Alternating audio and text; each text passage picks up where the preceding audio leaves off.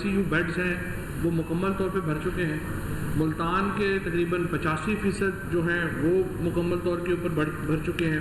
اور اسی طرح سے جو باقی شہر ہیں ان میں بھی جو